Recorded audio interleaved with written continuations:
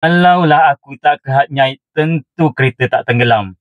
Ayat penyesalan yang biasa kita dengar. Tapi Islam mendidik jiwa kita supaya tak menyesali takdir.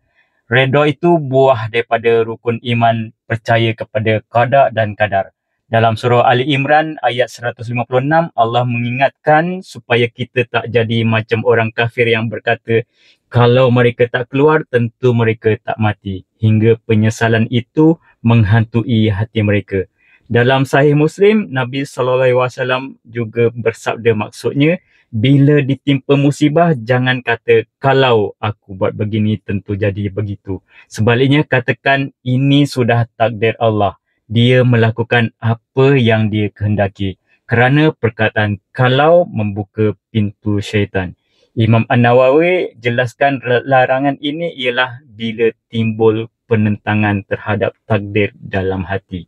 Jadi apapun yang dah terjadi, terimalah, redalah, jangan biarkan fikiran kita dililit penyesalan yang memakan jiwa.